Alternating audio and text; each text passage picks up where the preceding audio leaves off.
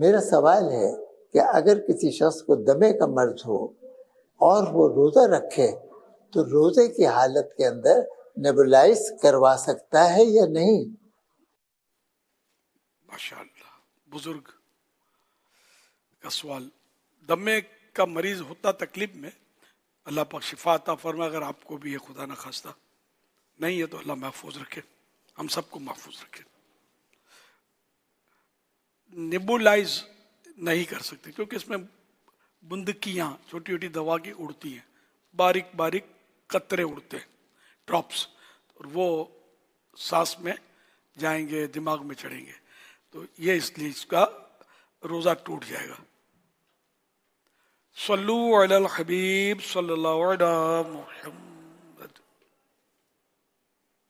الحمدللہ عز و جل. فیضان مدینہ جوہر ٹاؤن لاہور میں 30 دن کے اعتکاف میں شرکت ہے. سوال ہے کہ روزہ دار جب سوتا ہے تو بعض لوگ ایسے ہوتے ہیں کہ جب وہ سو کر اٹھتے ہیں تو ان کے منہ سے خون آتا ہے، تو کیا جو وہ خون آتا ہے یہ خون آنے کی وجہ سے اس کا روزہ ٹوٹ جائے گا یا نہیں ٹوٹے گا؟ اس حوالے سے رہنمائی فرما دیں. منہ میں خون آنے سے روزہ نہیں ٹوٹے گا، البتہ خون اگر اتنا آیا کہ تھوک پر غالب ہے، تھوک زرد ہو گیا، پیلا ہو گیا اور یہ اتر گیا حلق کے نیچے، تب بھی روزہ نہیں ٹوٹے گا جبکہ ٹیسٹ خون کا محسوس نہ ہو خون کا. اور اگر خون غالب تھا تھوک پر، خون لال ہو گیا، تھوک لال ہو گیا اور وہ اتر گیا، یا ویسے ڈائریکٹ ہی خون اتر گیا تو روزہ ٹوٹ جائے گا.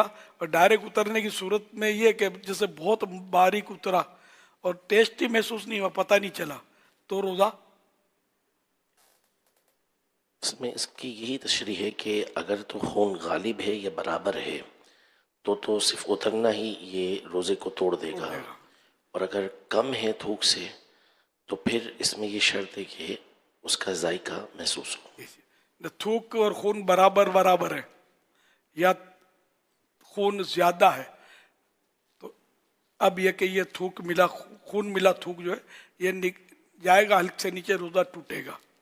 اور اگر تھوک زیادہ ہے خون کم ہے، جس کی نشانی ہوئی کہ یہ پیلا پڑ جائے گا، تو تھوک، تو یہ اگر اتر گیا حلق سے نیچے تو روزہ نہیں ٹوٹے گا. البتہ اگر ذائقہ محسوس، جبکہ ذائقہ یعنی ٹیسٹ محسوس نہ ہو، اگر ٹیسٹ محسوس ہوا خون کا تو پھر روزہ ٹوٹ جائے گا. صلو علی الحبیب صلی اللہ علیہ محمد صلی اللہ علیہ وسلم. ایس ایم ایس کے ذریعے فیضان رضا ہیں، مظفر آباد کشمیر سے ان کا تعلق ہے. یہ کہہ رہے ہیں کہ بعض لوگ کہتے ہیں روزہ لیٹ کر کے افطار کرنے سے روزہ مکروہ ہو جاتا ہے، تو یہ مکروہ ہو جانے سے کیا مراد ہے؟ یعنی روزہ جب یقینی طور پر سورج ڈوب گیا تو اب بلا وجہ دیر نہ کرے.